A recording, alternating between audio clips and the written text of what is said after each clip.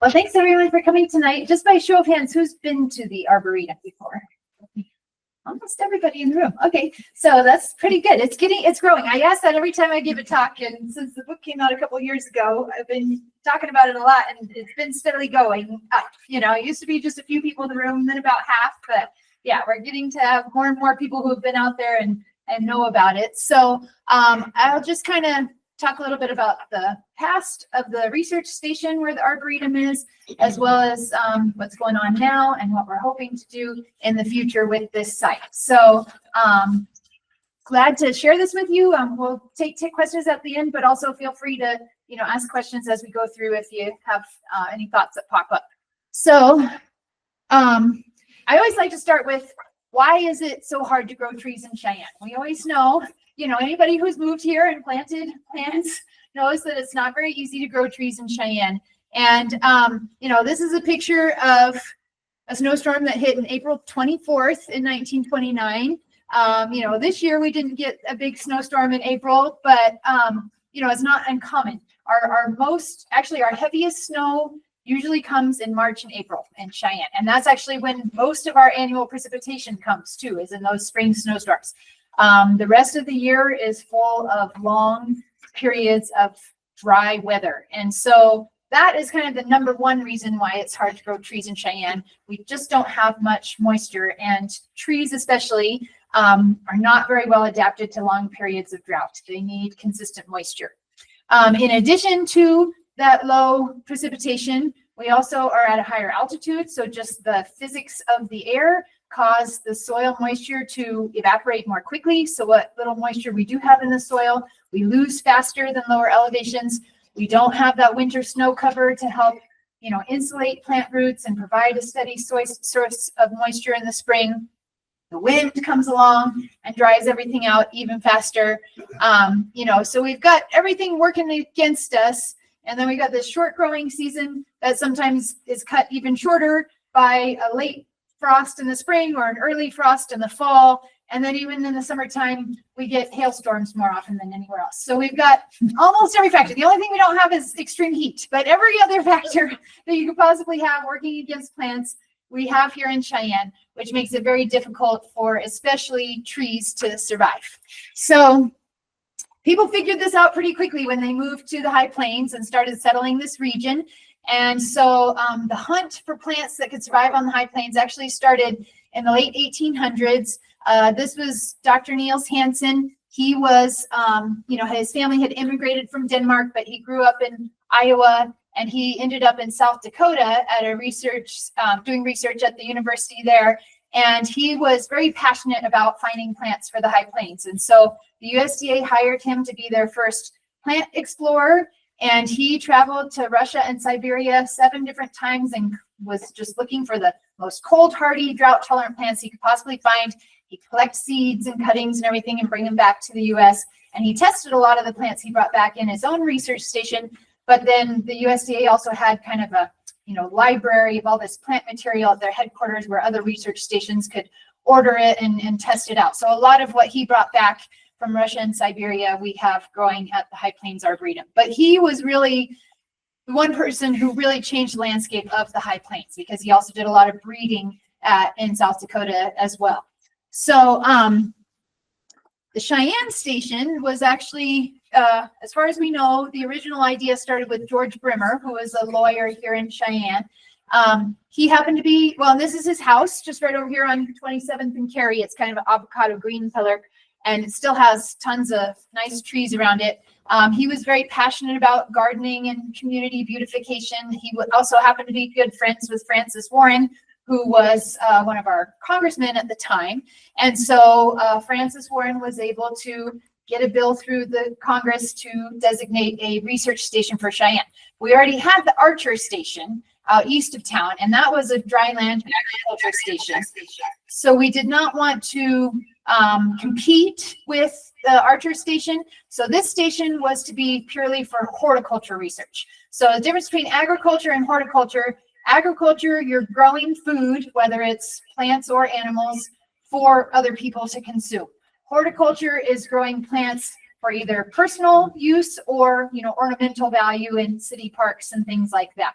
So this station was to focus on those horticulture purposes. So they got the funding for this research station, and William Du Bois was the architect who designed all the buildings for the station. I see some heads nodding. He was a very prolific architect in Cheyenne, or well, in Wyoming, around the turn of the century. He designed a lot of our state's now historic buildings, including the wings to the Capitol that are right out there.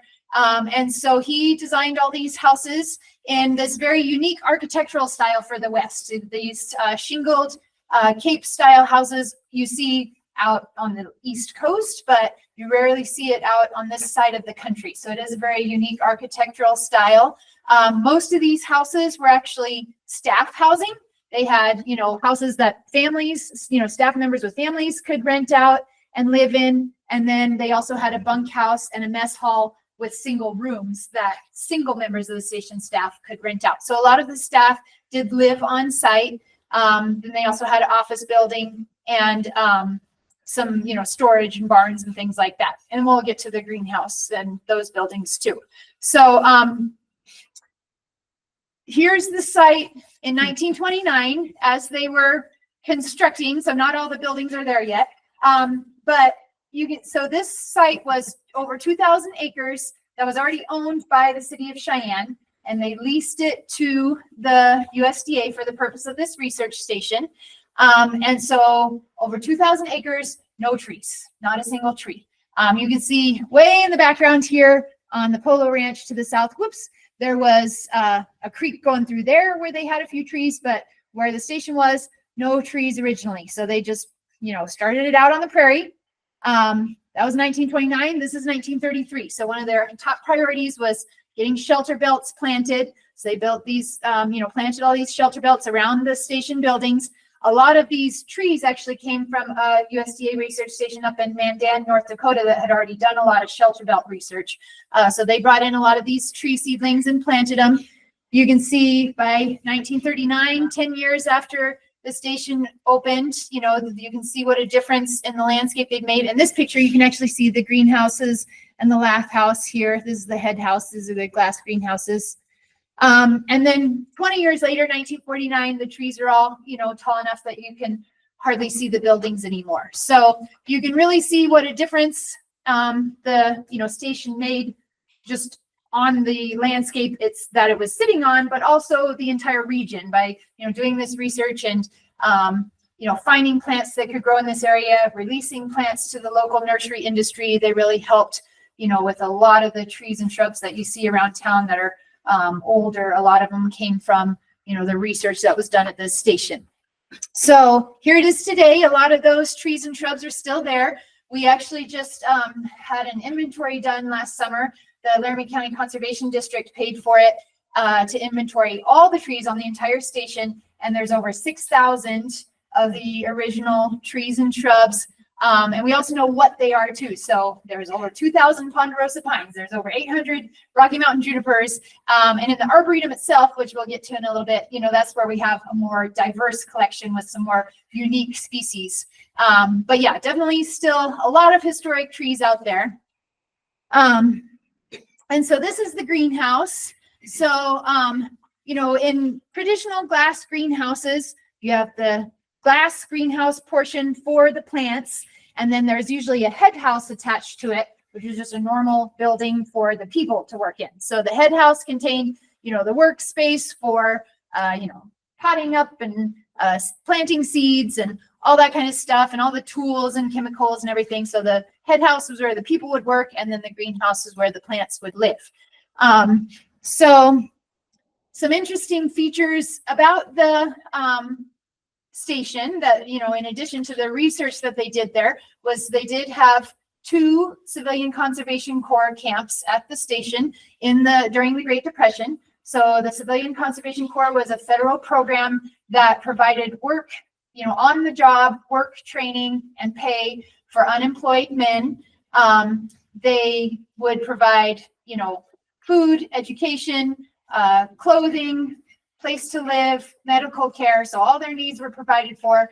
They would, go to these camps where they would do work, learn skills as they were doing the work.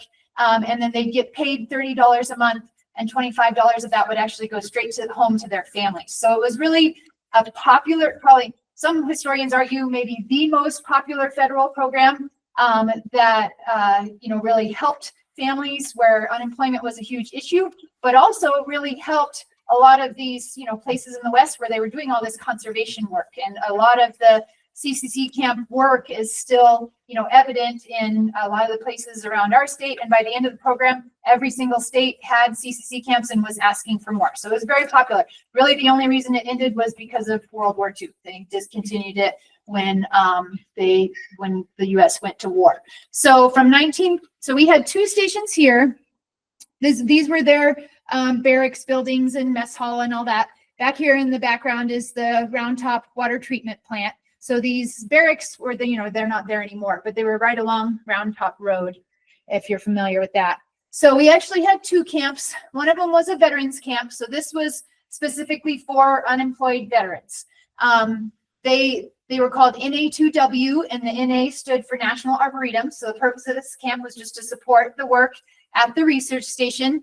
Here they're transplanting trees. They helped with weeding, spreading manure, planting the fields, harvesting crops, gathering data for the research, and then in the wintertime, they were, loading coal into the furnaces and unloading coal from the railroad cars. So they just helped with everything that was going on. They also built a couple buildings, which we'll show you in a little while, and, did repairs and road work and things like that.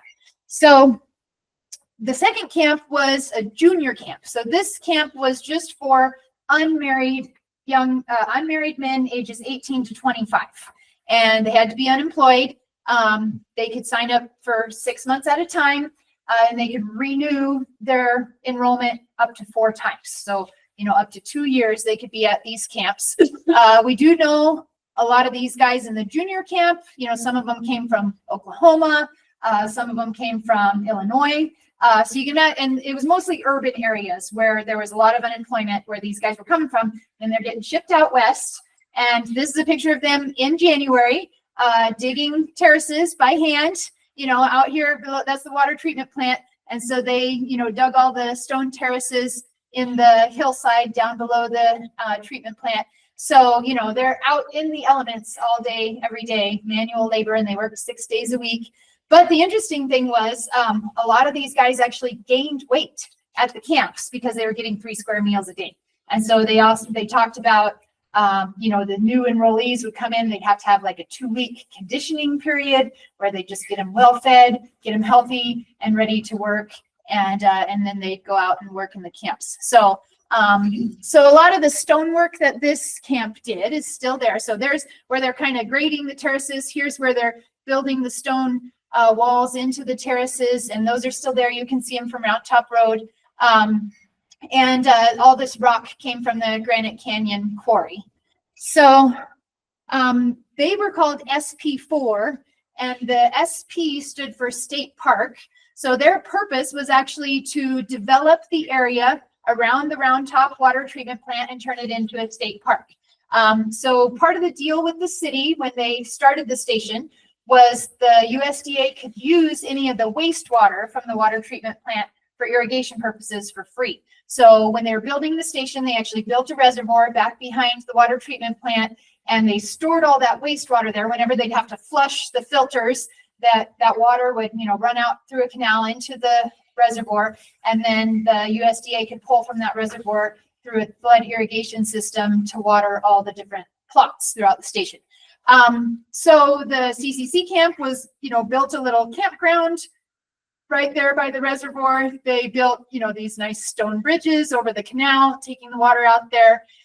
There was even plans to put in a beach next to the reservoir, but unfortunately that junior camp got pulled in 1937 before they got all the work finished. And 1937 was an election year, and the president was trying to make it look like he was cutting back on federal spending and everything, so they actually cut a lot of the CCC camps that year, so we lost the junior camp. But the veterans camp stayed from 1935 to 1942, the entire life of the CCC program.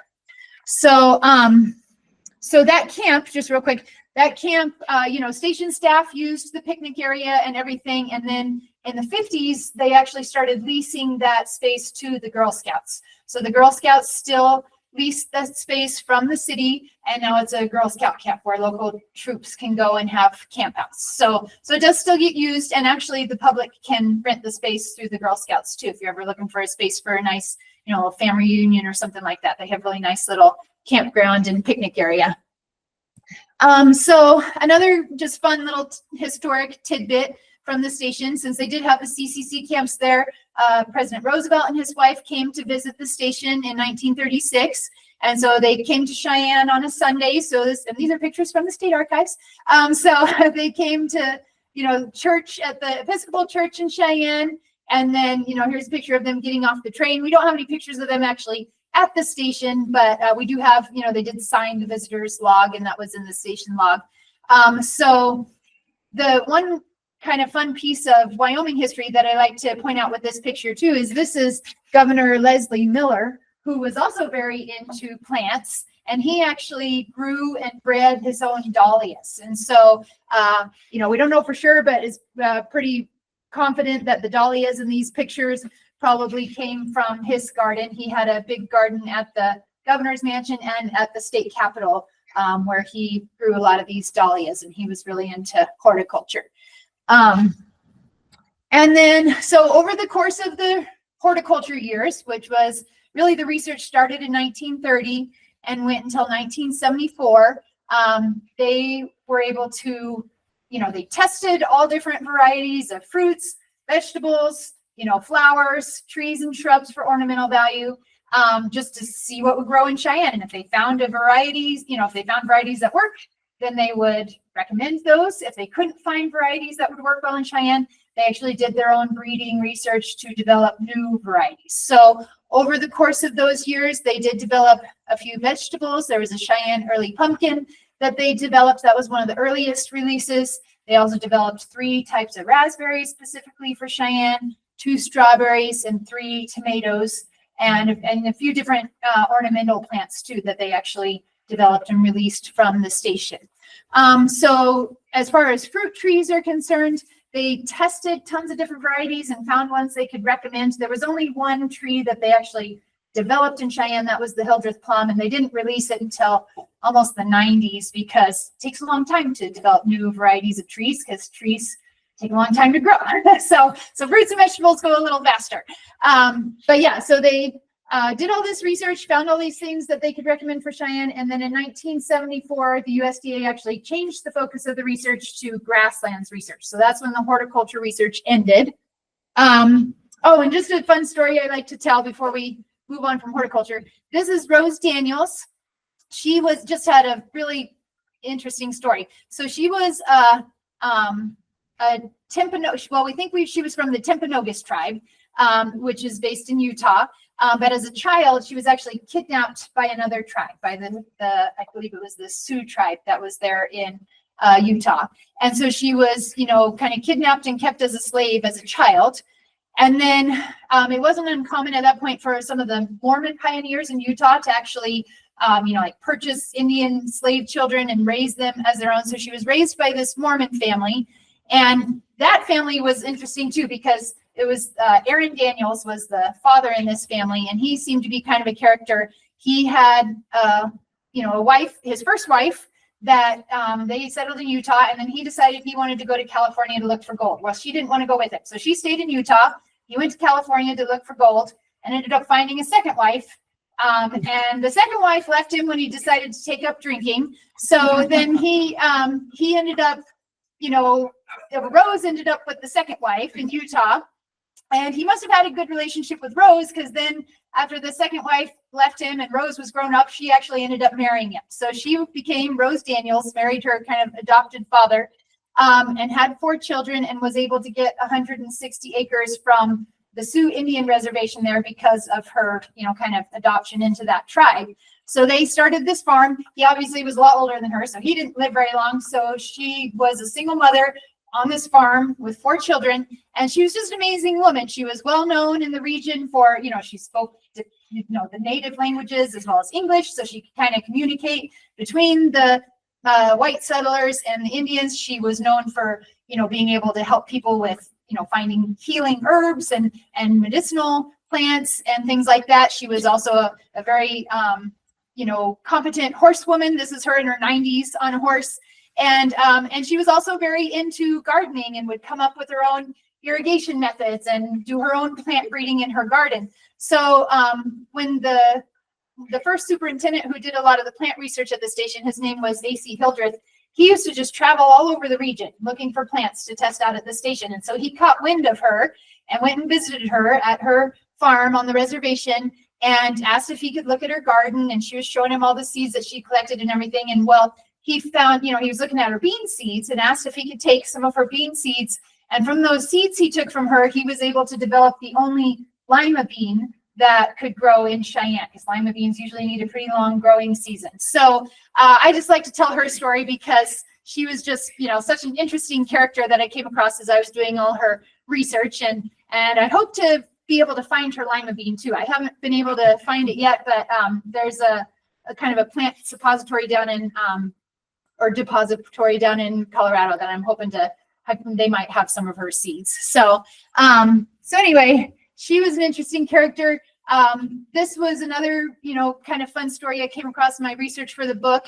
The early pumpkin that I mentioned was the first, new variety that the station released in the 1930s. And that was developed by plant geneticist Dr. Powers. And so as I was doing the research for the book, I was reading through all the station logs and there was all these pictures. And I kept reading about this Dr. Powers and I could never find any pictures of him. And the book is really based on pictures. It's mostly just captions to pictures with this format. So I really wanted a picture of him so I could talk about him. And so I just started doing internet research and I managed to find his son's name referenced in like a soil science book, his son William. And then I looked him up and I found, like a white pages listing for him. And fortunately, the phone number was still good. I called him. He lived in eastern Nebraska. And I said, hey, I'm Jessica Friis. I'm doing some research on the Cheyenne Horticultural Station where your dad worked. And I was wondering if I could talk to you about him. So yeah, I talked to him about his dad. He got me in touch with his nephew who had his, sister's collection of family photographs. They were able to share some photographs of their family with me. So this is them outside their house at the station. And yeah, I was really excited that I was able to make that connection and find that family. And actually he was also very valuable find because Dr. Powers had a color camera at a time when all the other pictures were black and white. So the only historic color photographs we have actually came from the Powers family and the photographs he had taken. So that was pretty fun.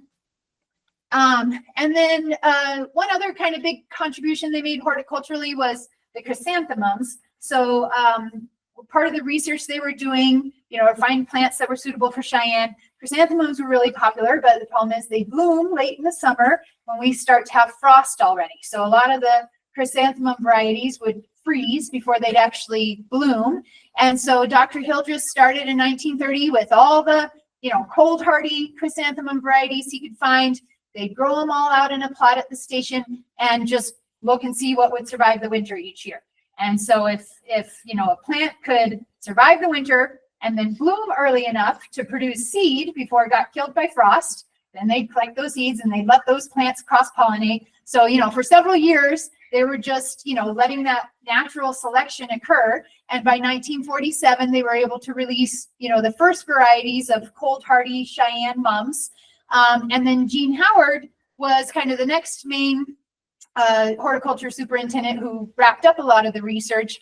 And so he started cross-pollinating the original varieties with other varieties to make the flowers a little more showier. So over the course of time, they developed over 50 varieties of Cheyenne hardy chrysanthemums that were released into the nursery trade. Unfortunately, I've only been able to find 2 of them, but we do have 2 of them, and we'll have a few of them available at our plant sale. And then we also make them available at the Botanic Gardens for our heirlooms and blooms event in the fall, since the fall is usually when you buy chrysanthemums. So that was another kind of interesting project they did that we've been trying to grab, find those old plants. Some other things. So the Arboretum.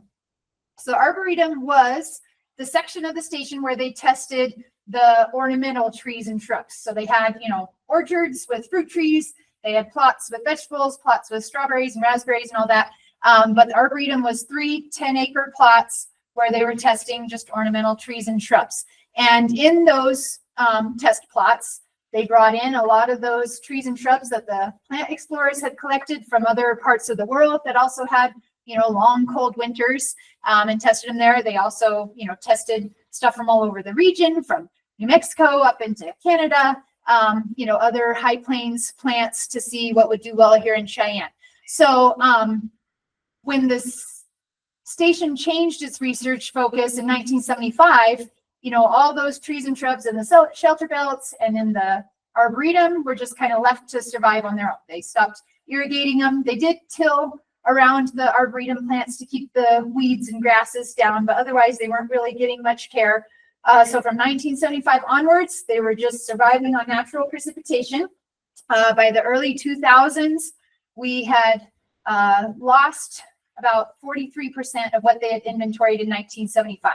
So then a group of concerned citizens got together and wanted to, make an effort to preserve the remaining historic trees.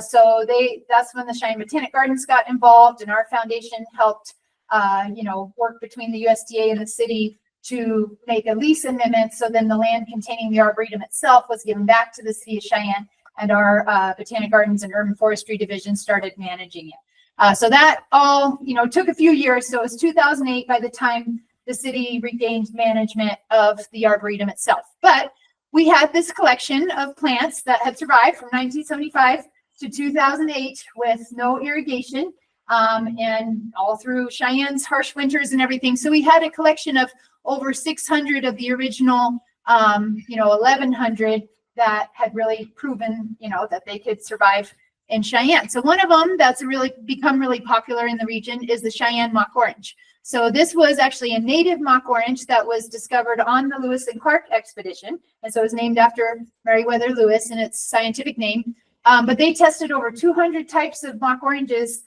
in the Arboretum, and almost all of them got devoured by the deer. But this one, since it's a native variety that grew, evolved with mule deer, the deer leave it alone. And so it actually was kind of rediscovered by the nursery industry back in the 90s. And when they started doing the plant select list, which is a list put together by Denver Botanic Gardens and CSU of, plants really well suited to the Front Range, High Plains region, the Cheyenne mock orange was one of the first ones that they selected, and it was based on the ones there at the Arboretum and the station. So, so that has kind of become a regional favorite. It's pretty easy to find in nurseries around here. And then one that's a little more unique that you don't see in nurseries is the hung high-tongue crabapple. So we talked about Niels Hansen, who is one of the plant explorers. This is another one. This is P.H. Dorset, and he traveled all over the world. He went to South America. He went to lots of different places, but Asia was one of the places he really focused on. And his biggest contribution to U.S. agriculture was actually soybeans. He went to Asia and learned how to grow soybeans and brought it back to the U.S. And now soybeans, obviously in the Midwest, is a huge agricultural crop. So we can thank him for that. But he'd also, notice ornamental plants as he was traveling around. And so this tree that we have at the Arboretum, he brought back because he was here. These are pictures from his scrapbooks. He went to this temple in China, in northern China, where they have very harsh winters. And, they had all these pagodas that people would build for their ancestors. And they also, people who couldn't afford to build a pagoda would plant trees to honor their ancestors. So among those trees at the temple, he found this crabapple with really beautiful big white blossoms, and he brought that back. And we tested it out here at the station, and it's we have lots of different crabapples out there, but it's definitely the biggest, most beautiful specimen of crabapple we have. And that's one you can't find at nurseries. Fort Collins Wholesale grew it for a while, but then they just couldn't get it to sell because it's a fruiting crabapple, and people are more interested in the non-fruiting crabapples now, so they stopped propagating it. So that's one that, we're trying to propagate ourselves to try and make it available again for people in Cheyenne at our plant sale, which we'll talk about in a minute. So just a quick recap of the history. It started in 1928. It was the Central Great Plains Research Station. That name didn't stick. They changed it in 1930 to the Cheyenne Horticultural Field Station. So that's what most people know it by for the horticulture days. Then in 1974, it became the High Plains Grasslands Research Station, and they switched the grassland, switched to the grasslands focus and studying our native prairie. And then in 2008, the Arboretum portion was given back to the city, so that became known as the High Plains Arboretum. So the High Plains Grasslands Research Station is still there, still doing their research. And here's the entrance to the station. If you guys have all been out there, so but here's the stone portal built by the junior CCC camp, still there. It's kind of small, but you can see there's the three names. There's the USDA High Plains Grasslands Research Station, the High Plains Arboretum, and now we also have the National Cemetery out there too, which I'll show you a picture of in a second. And so the agricultural research that's been going on at the High Plains Grasslands Research Station, a lot of it's been focused on grazing research and looking at how grazing intensity affects our native prairie, so that they can give ranchers recommendations on how to stock their cattle based on how much moisture we're getting and how much land they have and everything to keep their pastures healthy. So some of that research has been going on since 1975. So it's some of the longest running agricultural research in the country that they're still collecting data on. They also did research on, if the prairie is disturbed by something like mining, what's the best way to reclaim it and replant it. They've also more recently been doing research on effects of higher carbon dioxide and higher temperatures on our native grasses. And some of the newer stuff they're working on is actually controlling invasive weeds. So they're doing things with the cattle. If you think about kind of like a invisible fence like they have for dogs, they can put a collar on the cattle and use GPS to try and keep them in certain areas of the pasture without having the fence, it'll beep at them or buzz them, if they're getting somewhere they don't want them, because then it'll get them to target those weeds at the time of year when they're willing to eat them. So like cheatgrass, horses and cattle will eat in the spring, but once it goes to seed, they won't touch it anymore. So if they can get them to target those areas where there's cheatgrass, then they can graze it down and prevent it from going to seed. They're also doing similar thing with sheep up there, but targeting larkspur, because larkspur is poisonous for cattle, but the sheep can eat it. So they'll try and, get the sheep to go to places where the larkspur is, so they graze it down at the appropriate time of year so that it doesn't flower and become poisonous for the cattle. So that's kind of cool stuff that they're working on now that I think is pretty interesting, because, invasive weeds have become a big issue. So, so if you're interested in learning more about the history of this place, I did write a book about it, so make a little plug for the book. I have copies available if you'd like to purchase one. But it really does have a fascinating history, and we just briefly touched on it tonight. But yeah, you're welcome to check that out if you'd like to learn a little bit more about the history. If you'd like to stay in touch with what's going on now and in the future at the Arboretum, I do have my email list sign up right there, where we send out about quarterly updates on if we've got events coming up or what's going on with the Arboretum. So that's a good way to kind of stay in touch with us. So other things that are going on right now. So I mentioned the National Cemetery. So the VA wanted to build a national cemetery. So the city donated 5 acres of the city portion of the station to the VA. And so they started the National Cemetery in 2020 was when it opened. And it's really, getting used. They've already, actually this summer, they're already expanding it, and they built restrooms. There are restrooms out there now. But yeah, so that's in the back corner of the station. So now we have, the VA, we have the USDA, and we have the city all on one site. But that's not enough government agencies for us. We also want to get state parks involved. We want to get the state in there. So that's another thing we're working on. So we'll talk about that in a second too. So as you're going out there, this is the, the city controlled Arboretum portion where you go in to see the trees. It is a city park. It's open, dawn to dusk all year round, where anybody can go out and walk among the trees. And we're trying to get more signs put up. We've got some of the trees marked, but we're also trying to get more signs that tell some of the interesting stories behind the trees. So we've been working on that every year. So City of Cheyenne cares for the trees and provides education about it. And what we're working on with state parks is we'd like to make the entire station a state historic site. So that would encompass the Arboretum and the research station, including some of the buildings that the USDA is no longer using, which I'll show you a couple pictures of those. And so we think this is really a historical gem in our state and would love to, preserve it and make it more accessible for people. So we tried the last 2 years to get bills through the legislature to designate this historic site. We have not had success so far. We keep losing out by 1 vote. So our bills to actually designate the site have not passed yet, but in the 2024 budget bill, they did designate $3.5 million towards the project. So State Parks already did a facilities condition assessment of all the historic buildings out there.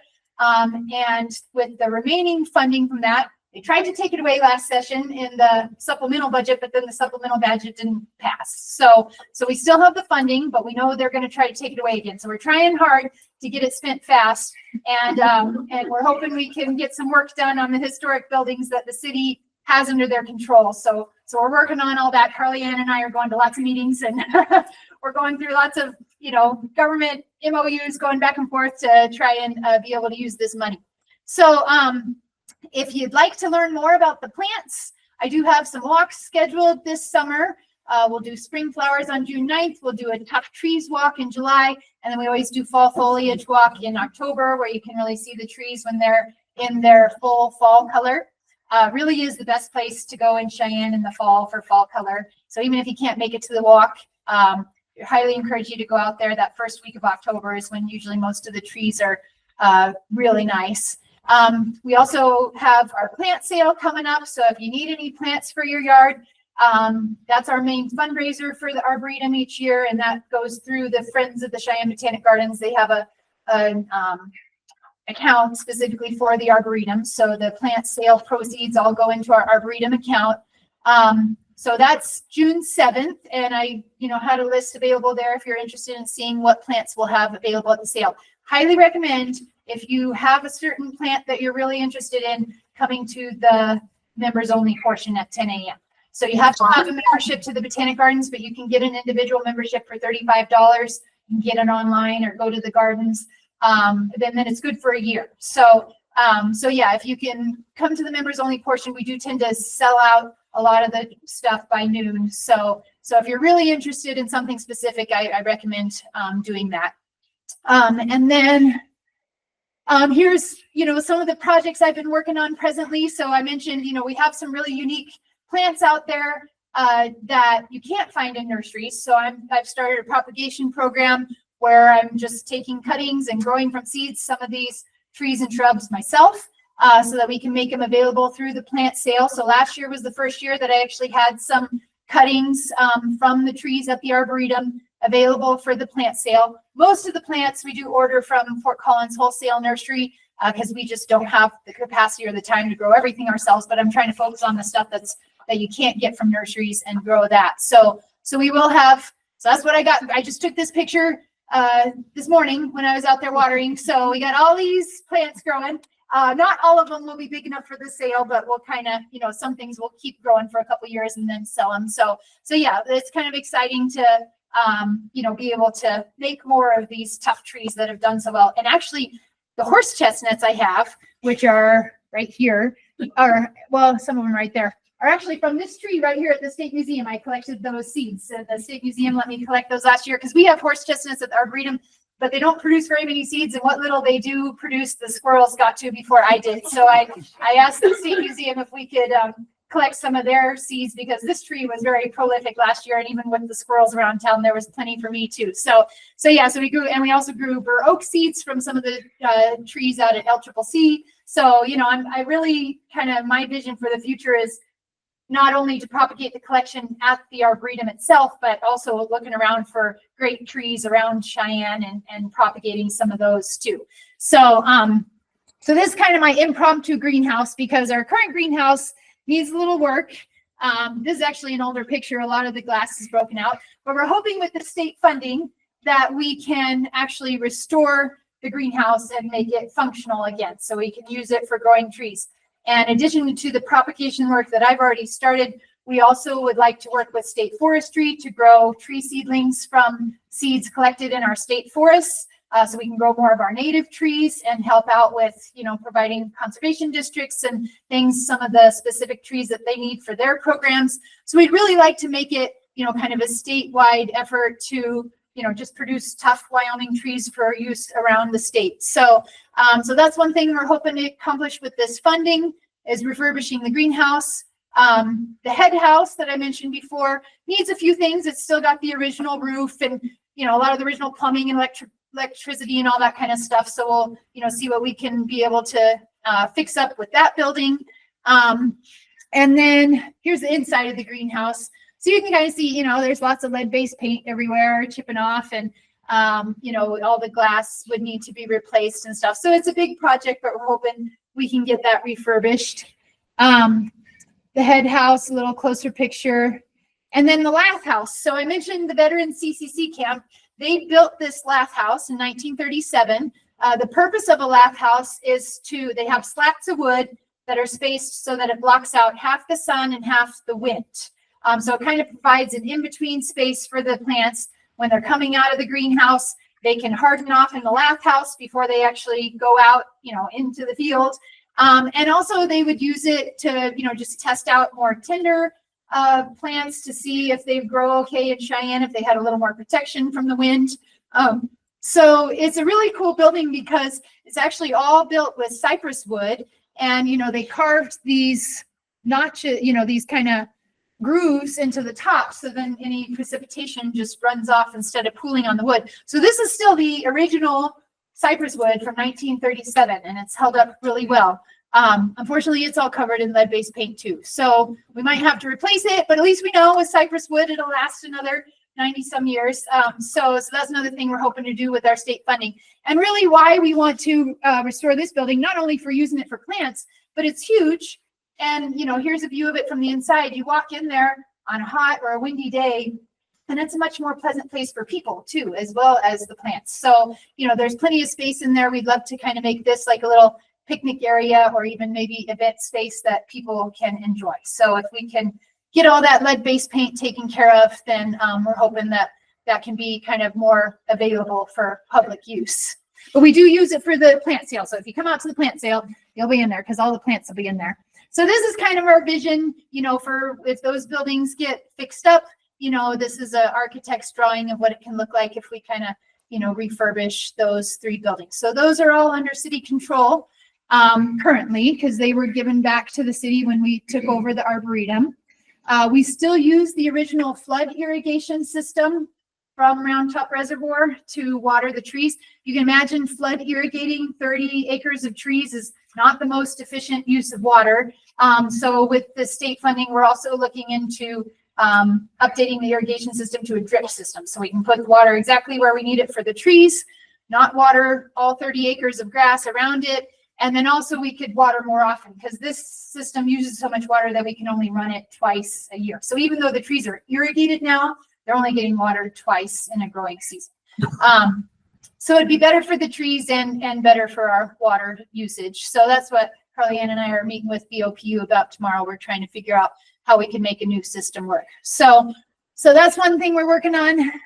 This is kind of blurry, but here's just, a view of the Arboretum from an aerial view. So you can kind of see the scope of, the 3 10-acre plots. So it's pretty good size.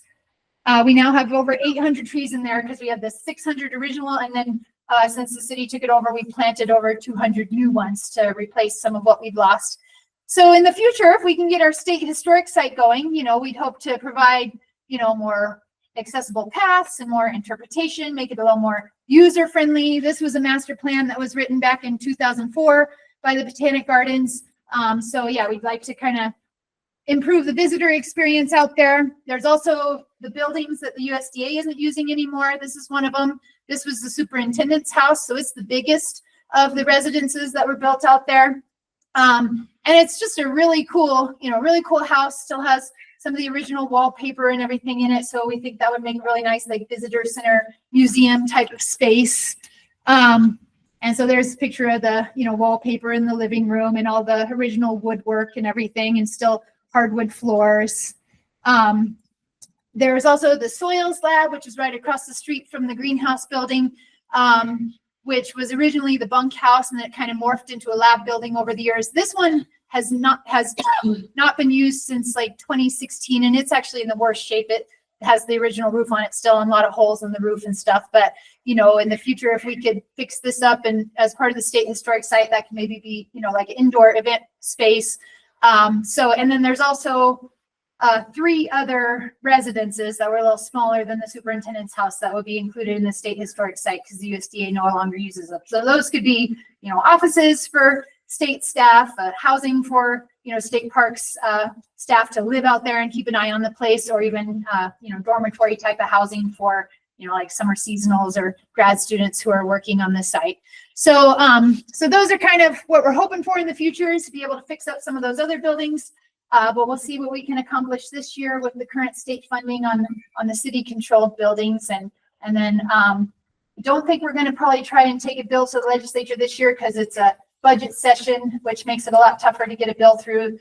So I think we're going to sit this year out and then try again for next session, because then we'll have a new election under our belts and see if, you know, what the new election brings us. So we will still keep trying with the state historic site, but probably won't have a bill in this coming legislature. So again, the email list is a good way to keep up to date with what's going on with the legislative effort as well. And we'll send out updates if we have a bill written and things like that.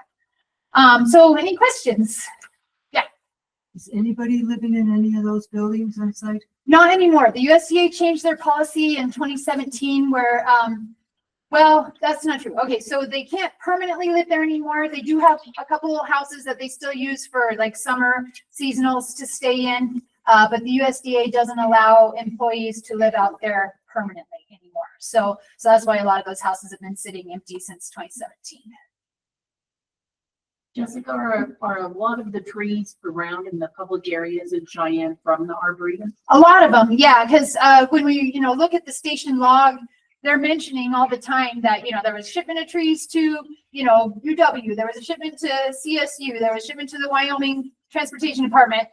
We also know, you know, the VA hospital was on that list, and also, you know, local ranches where, you know, so they grew a lot of trees that then were just, you know, sent around to different places. So, and then, you know, a lot of the plants that they developed would have been released into the nursery industry, and then, you know, people could buy them at local nurseries, which back then there was a lot more of the local nurseries. So yeah, sometimes it was indirectly through a nursery, but it was a plant developed at the station, and then, but directly they did also send out a lot of plants that they were actually growing there and shipping out, like bare root saplings. This is a lot of times what they would send out.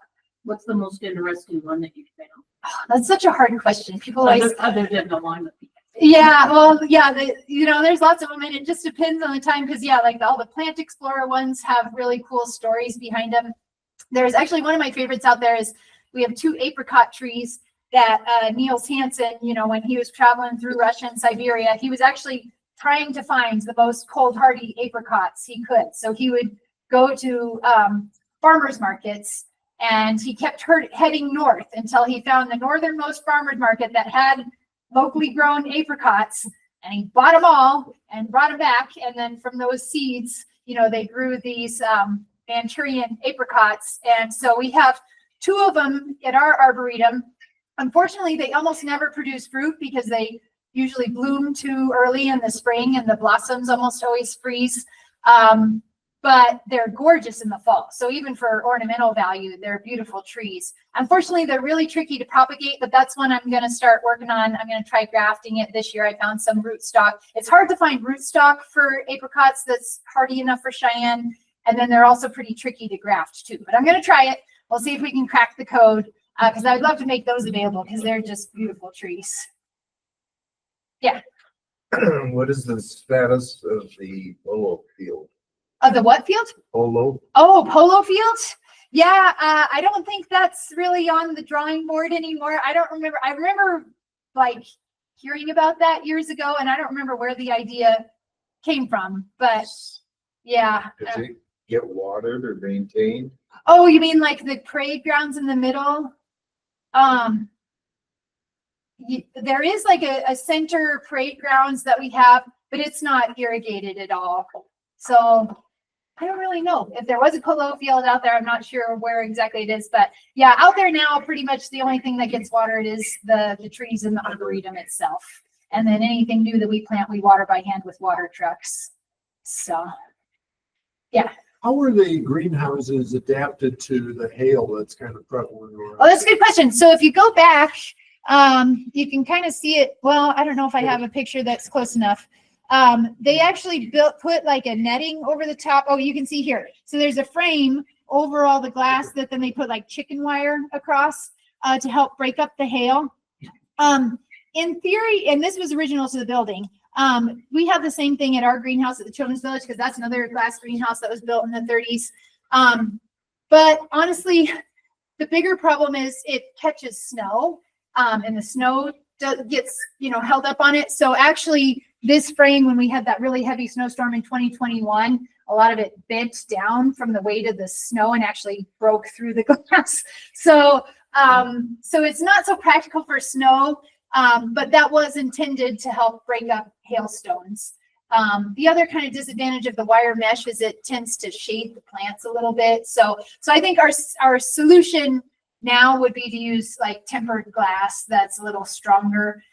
We still have glass in our greenhouse at the Children's Village, and honestly, it takes a really pretty good hailstorm to break any of those panes, and then it's only one or two here or there. It's not like we've had we've had intense hailstorms that did damage to our cars and everything and ripped all the leaves off our trees, but it didn't break all the glass in the greenhouse. It was just a couple panes that we have to replace. So yeah, it's surprisingly they hold up pretty well. All right, was there any other questions? Okay, well, I guess we can do our drawing then and get our seeds. So this is a native seed mix. So these are all native perennials. And we got 1, 2, 3, 4, 5, 6, 7. Okay, so you guys got pretty good chances of winning. So, okay, let's see. Janet Thompson. There you go. Thank you. Uh-huh. And Bev Goins. Thank you. Uh-huh. Is that crabapple tree still producing? Yeah, it's it just depends on the year and how much moisture we get, whether how much fruit it really produces. But yeah, it's actually crab apples are blooming right now, so if you want to go out and see them right now, it's a good time. Darwin, Dave. Okay, sorry. Thank you. Claudia Weiland. Kind of trying to mix them up a little bit. Clark Thompson. All right. And Barb Bailey. Here. There you go. All right, last one. Lori Mendocino. Yes. All right, congratulations. Those of you who got your native seeds. And I do have also at the Botanic Gardens gift shop every year, we also sell some of the vegetable seeds from the vegetable varieties they tested out there, and one of the tomato seeds that they actually developed at the Cheyenne station. So we always have those available starting in the end of February. There's still some now, so you can still get vegetable seeds, but some of them, you want to start a little earlier. But yeah, you can still get vegetable seeds there if you're interested in some of those heirloom varieties that they tested at the station. So, all right, well, thanks for coming, everybody.